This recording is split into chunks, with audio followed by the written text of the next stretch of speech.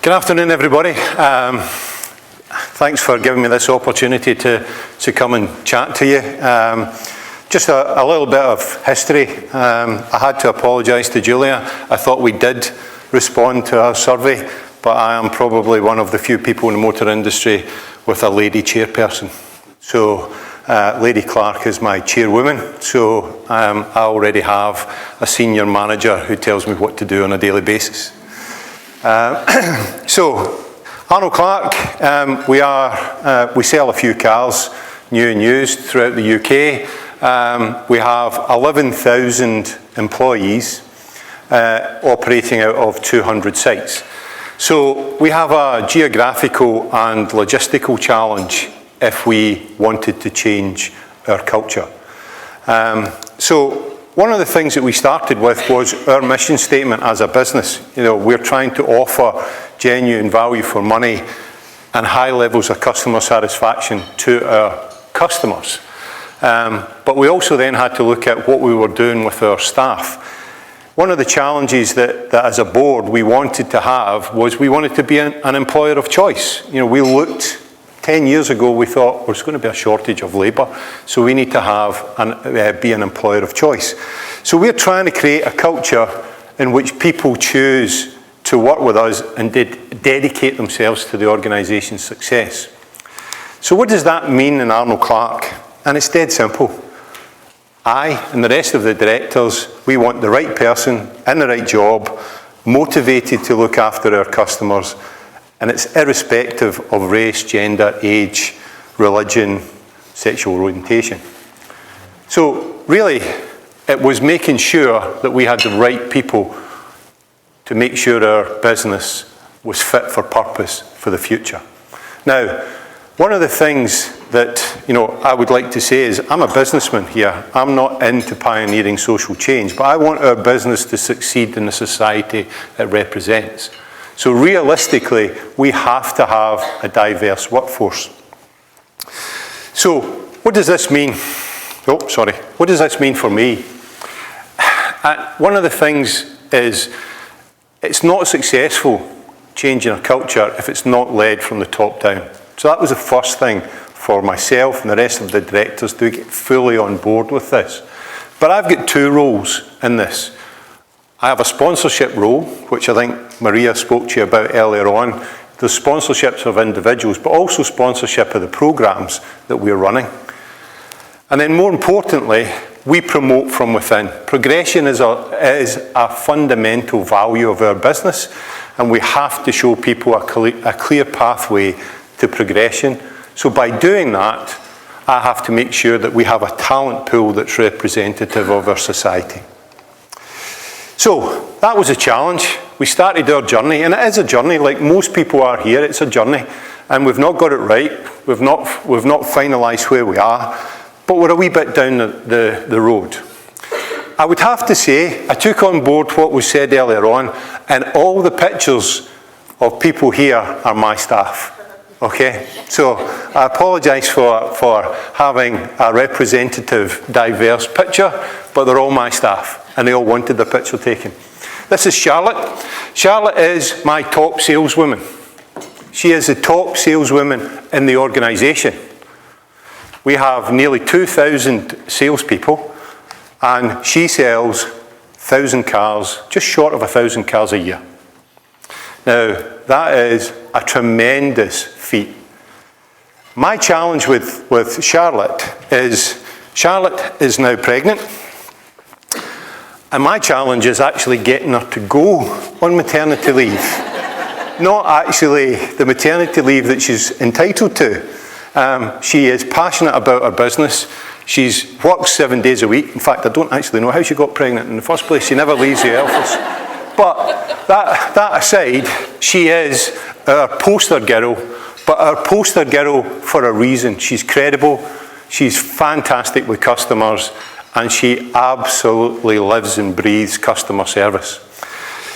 Now, that was an easy in for a lot of my managers, because 53% of our customer base is females. And I think there was a question earlier on about how does a lady feel when they walk into our organisation.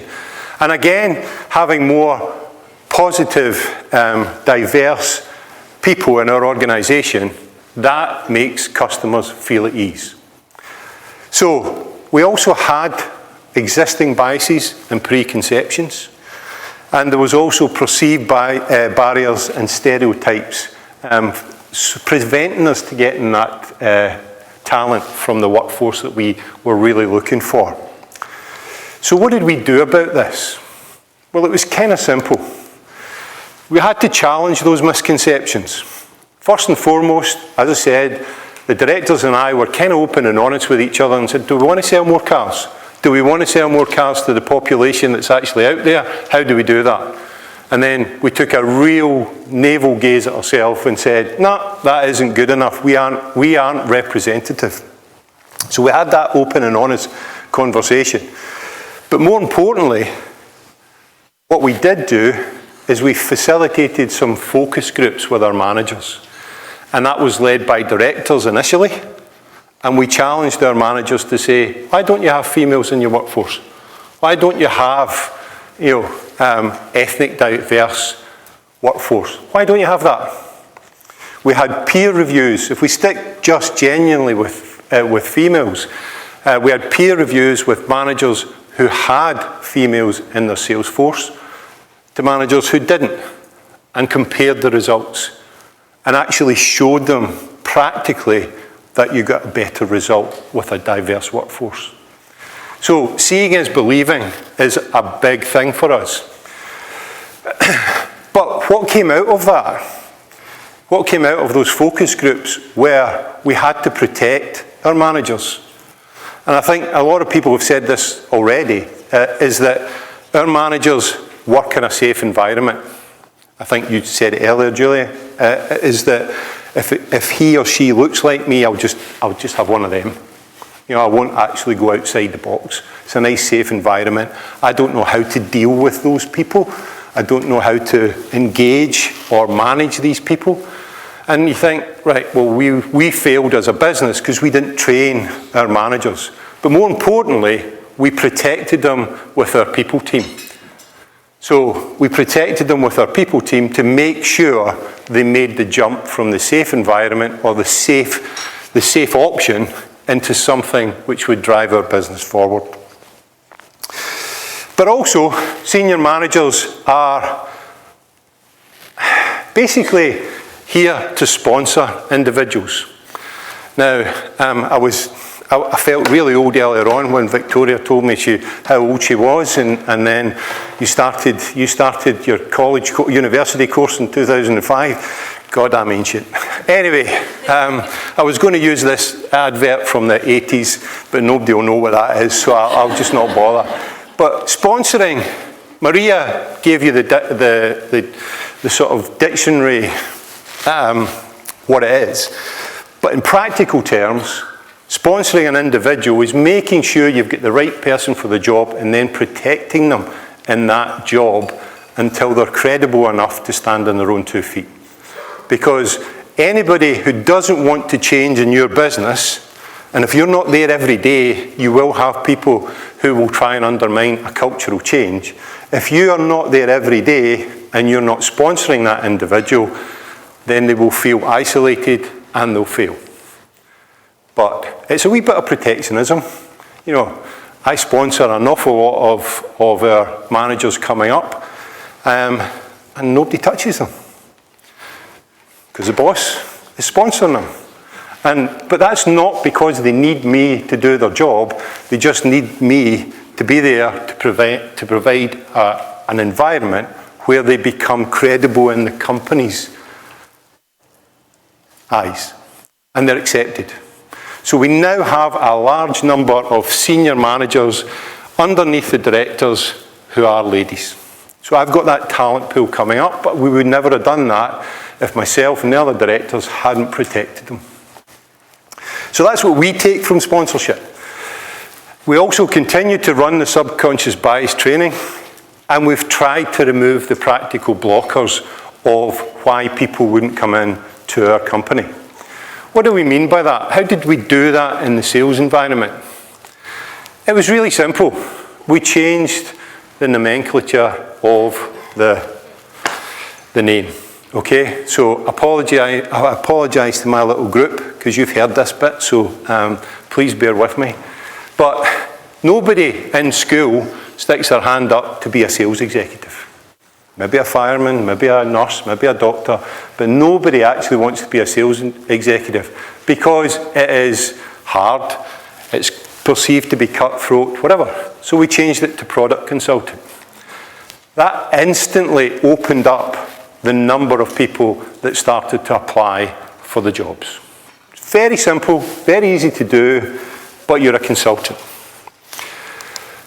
We introduced 5-day working week with flexible working practices. Now, this was before the pandemic we did this, and this was really down to the fact that a 6-day working week, being totally inflexible, actually precluded you from having a diverse workforce. Just does.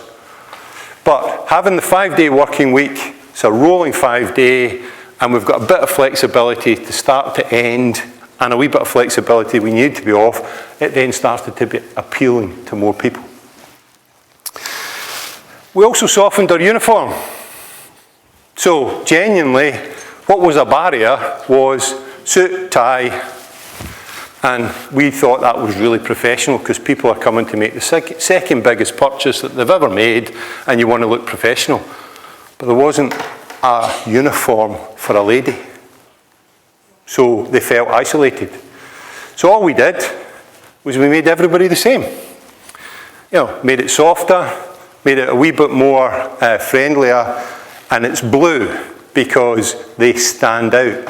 Because when you walk into a retail environment, and once you want to talk to somebody, you want to identify who that person is. So that'll be the person in the blue jacket I need to go and talk to. And here was the bit that really got us, because we've developed this role over 12 years. And it's a product genius role. We're here to help people buy a car. And these product geniuses do that. In terms, 10 years ago, I put an advert in the paper for a sales trainee and got zero response. Absolute zero response. So, piggybacking on the back of Apple-esque, we called it a product genius role. They know everything about the car. They're not here to sell you anything. They are here to help you buy. But what that did was it opened it up to 37% female and 63% male.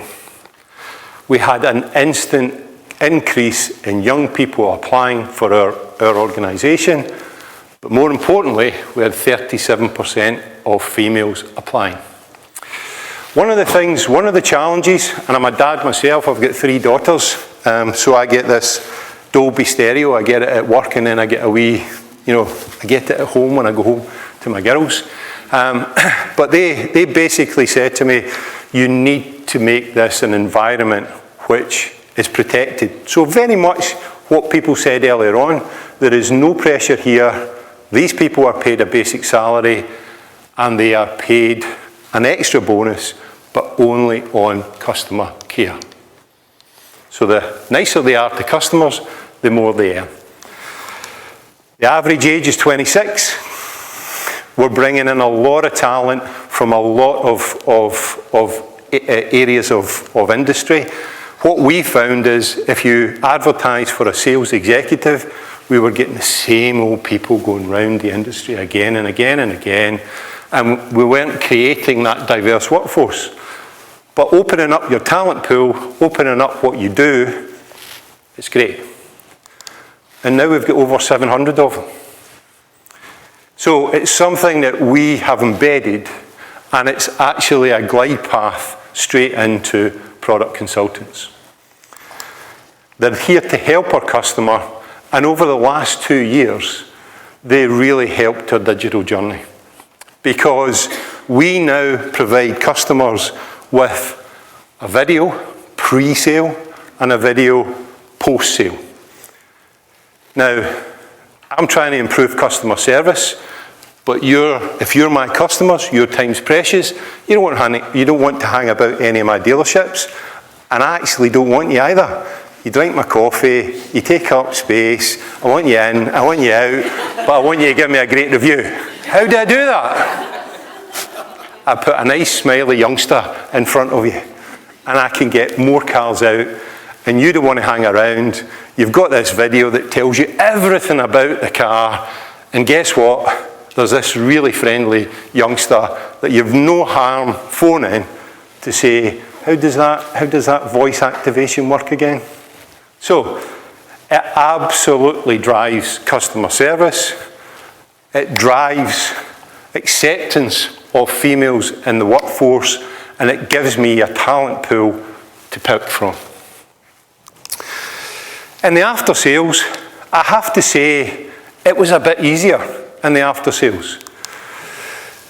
23 of our after sales managers are female, and 78% of the assistant managers are female. So in terms of management in the after sales environment, because it is a very awkward area of the business, I mean, you don't sort of say, oh great, I'm going to go and get my car serviced. So it's not one of those great purchases you look forward to. So it is really focused on customer service. And I have to be honest, men are rubbish at that. Women are better. So for us to be an employer of choice, but also to get our customers on board, most of our managers are actually female in the after-sales environment. Where we struggle is in the workshop. Now there's a wee typo here. I don't have 189 female technicians. I have 18. I know we were trying to be good, but we're not that good. So there's about 1,900 techs. 18 of them are female. But we take on 400 apprentices a year. Now, not all the apprentices are technicians. We have customer services, we have graphic design, we have an awful lot of software people, but also technicians, and we're focused on breaking down the barriers of why is it a mechanic is a man? Why can he not be a woman? So, genuinely, we've now taken on 200 this year so far in the first intake, and 20 of them are female. So how did we do that? So this was a program that was developed out of a collaboration that we had with Susie Wolf on Dare to be Different. Now Susie was pushing it out there. She's a Scottish motor racer that happens to be married to Toto Wolff. So she's quite well connected in the motor trade. But she was pushing out, why should girls not have the ability to do jobs that were traditionally male? And we took that Dare to be Different and we've moved it on to Girls with Skills. So what we do is it's an outreach program we have with schools, and we work with schools to identify 4th, 5th and 6th year pupils who have an interest in motor. And after the May exam diet, we bring them in for 2 weeks into a training organisation, and we give them the basic skills that an apprentice would have on his or her first week of how to change a tyre, how to do various bits and pieces, and then we put them into the workshop for a further 2 weeks. And if they like it, we then give them an apprenticeship. And it's working. It is working. Because we are making sure that these girls get the opportunity to do something they really like. And how do we do that? Well, to be perfectly honest, I had 2 vans that were coming up for a birthday. I couldn't sell them, so I put them into our body shop, and we put in an area in the back of it. It all opens up. And that was because schools have no money. You've got to go to them. They're not going to come to you. You've got to go to the schools. And actually, if I stood up here in front of 300 kids, it's that old white fart that's standing up there that nobody's really interested in what he's got to say. But bring a van, open it up and say, it's a touch, feel, play with it. This is what an apprenticeship's about. This is what an alarm engineering apprenticeship's about. This is what you can do for us. And actually, it's showcasing apprenticeships to young people, and it really does work. But as I said, we are geographic. One of the biggest challenges we've had is, right, that's great. The boss turns up and says, you've got to be more diverse, you've got to be more inclusive, and then I disappear to another garage. What happens? They just go back to stage one. So we've got two programs that run consistently. One is Think Customer, and one is Think Employee. So Think Customer is a group of, I think it's 6 or 8 people, run by Beth Jones. Beth is my Think Customer manager, and Beth reports directly to me. Think Employee is exactly the same. There's about 6 employees in there. It's run by Graham Sloan, and Graham reports direct to Carol, my people team director. So, where am I going with this? Each branch has a working group. They have a Think Customer chairperson, and that chairperson isn't the manager. It is either the receptionist, the accountant, one of the service advisors, one of the parts advisors, one of admin, whoever. And there's a representative from each department. And we work on how to improve our customer care scores, but also they are used to, I'm going to use the word enforce, but reiterate what we're trying to do through Think Employee. Now the beauty of that is, and I think Alex said it earlier on, it's communication.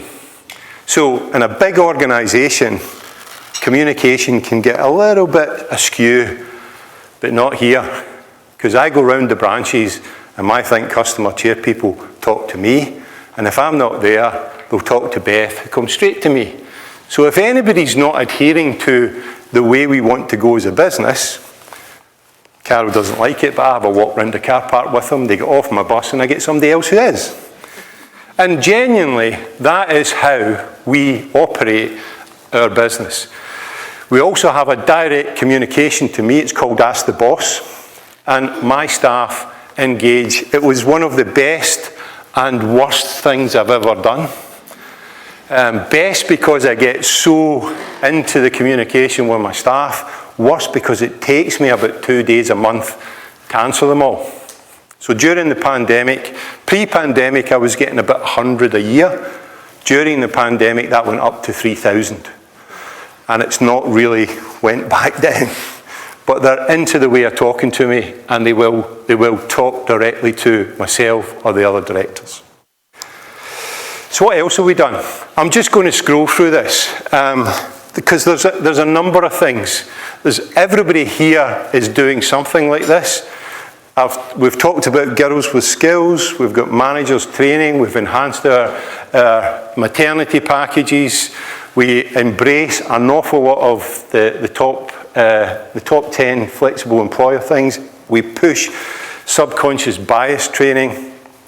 But more importantly, we make sure that we're continuing to develop, because it's a journey. It isn't something which you just get to, there's an end, what's next? But you've got to shout about it. So all these employees are very good at posting on social media, both internally and externally. And I think a number of you have said, how do you get that perception of your business across to the wider world? How do you get that talent pool increased? Well, these people are actual employees and they are shouting about what they've done. The second lady in is our retail rental director. So Margaret's been with us since she was a girl, and she's now our rental director. We also have our coaching program, and it is females to females. So Rachel here is our sales manager at Volkswagen Paisley, and she heads up one of the coaching programs, And it's just allowing people to understand you might be the only female in that sales team. How do you overcome the problems? And it's phoning somebody different, it's creating that network. One of the things that we have done just recently is podcasts. This came out of lockdown. And again, it's all about communication, and it's about targeted communication. Our first podcast was Let's Talk About Menopause. Something which I know nothing about. Well, I do, because I just try and avoid talking about it. But I don't know anything about it. That's not my subject matter, but it's something which we as a business should be addressing. But if I'm going to send out an email about that or a communication, it's not got any credibility. What do I know about menopause? So we have taken Rachel McTavish here, who is one of our comms hosts, and we set up a panel with Emma, Kirsty and Susan, and they created a podcast. We posted it on our internal communications app, and there's been 378 listens so far, and the amount of positive feedback we've had from our staff, because A, we're prepared to talk about this, and B, because we've done something about it and put subject experts in to do it. It's about breaking down the barriers, as somebody said earlier on, about making sure that you can appreciate what your employees have to do. Our next one is with Judy Murray. Judy's a very good friend of mine, but she's going to talk about leadership. She's going to talk about leadership and what it takes to become a really good leader within the automotive industry in Arnold Clark for our females. And let's talk about progression. We're just about there, but it's going to be Alex Scott that does that.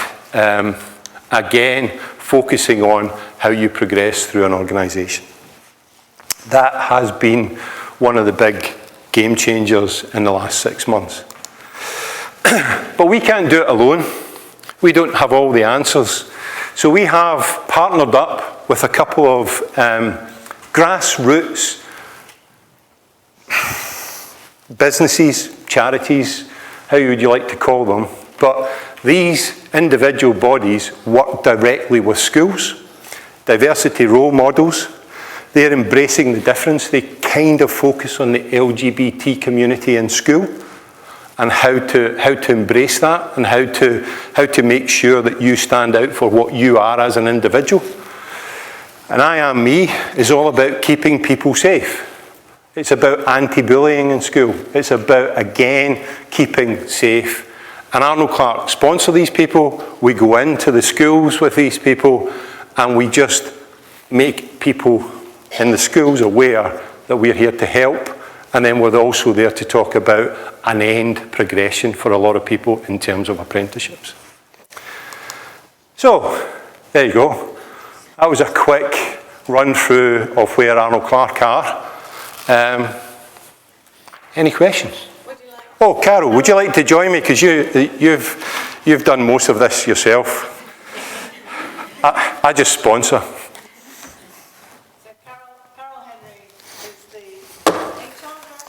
People director. Any questions for either Carol or Yes. So on your project Genius staff, do you get many females wanting to progress into the workshop technician staff? Not in Product Genius, because genuinely what that is, it's a sales environment. What they will either do is they'll either go straight into product consultant, start selling, or they'll go into marketing or one of the other aspects of the business. We tend not to lose too many product geniuses. Yes? I'm really interested in your Girls with Skills programme. I've got a girl at the moment who's going to do work experience in her final year at school. There's no opportunities for her anywhere. It's absolutely impossible to find opportunities. So I believe yours is after they finish their final school year, is that right? So I know Eddie mentioned 4th, 5th and 6th year, it's in Scotland. So yes, they're from age 16 onwards. And we work closely with the appropriate contact within each school who may be helping with careers advice, but we have a very structured time with those staff first to help us help them to identify the appropriate girls to come through. It's been very popular, actually. So do you think it's something that would work, as you know, in what we'd say year 10, so year 5, I think, in Scotland, in that year before they go on and do their exams the following year, so they get some sort of work experience? Definitely. I mean, one of the things, and I don't know how you feel about this, but I mean, what we've always found, and I am not critical of the education department at all, because they've got a big job to do, but teachers still have a subconscious bias to making sure that people go to university or college. You know, apprenticeships are not something which is really they're shouting about. So what we're trying to do is make sure everybody gets an end result. So not everybody's going to university, not everybody's going to college, but just present what an apprenticeship is. Yeah. And that doesn't need to be technician, it doesn't need to be, it can be IT, it can be customer service, it can be anything. I love that it leads on to the apprenticeship thing. Yeah. Very often work experience is seen as something that's just a hassle, and I think that's why there aren't the opportunities, because they're like, oh, I've got a teenager coming in, I've got to deal with them for 2 weeks or a week at a time, and it's having that next step that I think makes really a difference. But the unconscious bit that really worked for us is the managers in the branches. They go, this kid's magic. Yeah. It's seeing and actually getting somebody who is 100% focused, and the manager then say, so rather than us saying, here you are, you're having these girls as, they take them in and go, we want you to assess them as to whether they're good enough for an apprenticeship. And the managers actually then buy into their training.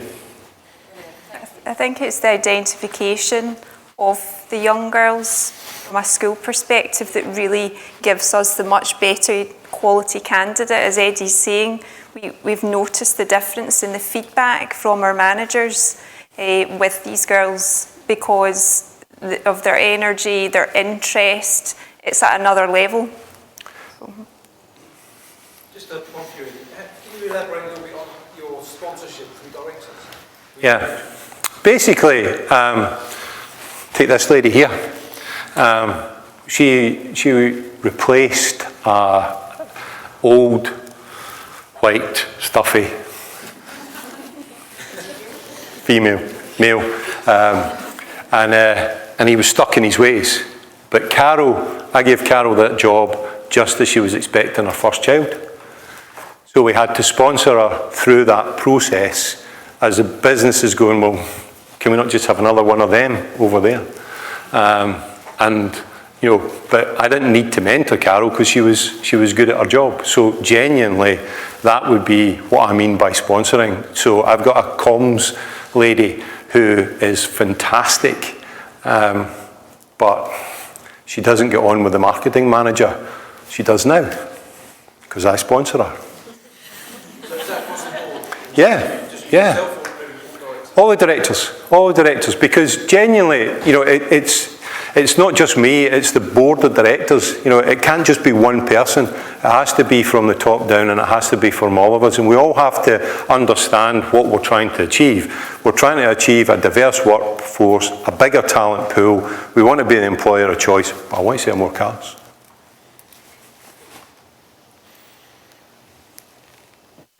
Yep. Communication seems to be quite an integral thread throughout that presentation strategy. Interesting to know how much resource you put behind internal comms. According to my comms manager, not enough. But there is a team of 8, and they work very hard. But the important thing here is the comms work with the people team. So you know that we're trying to push out an awful lot of different things. We use an app called ACE, Arnold Clark Employee, and it's how we put the pay slips out, how we get engagement. We also it's how ultimately they're going to get clock in and out of their jobs.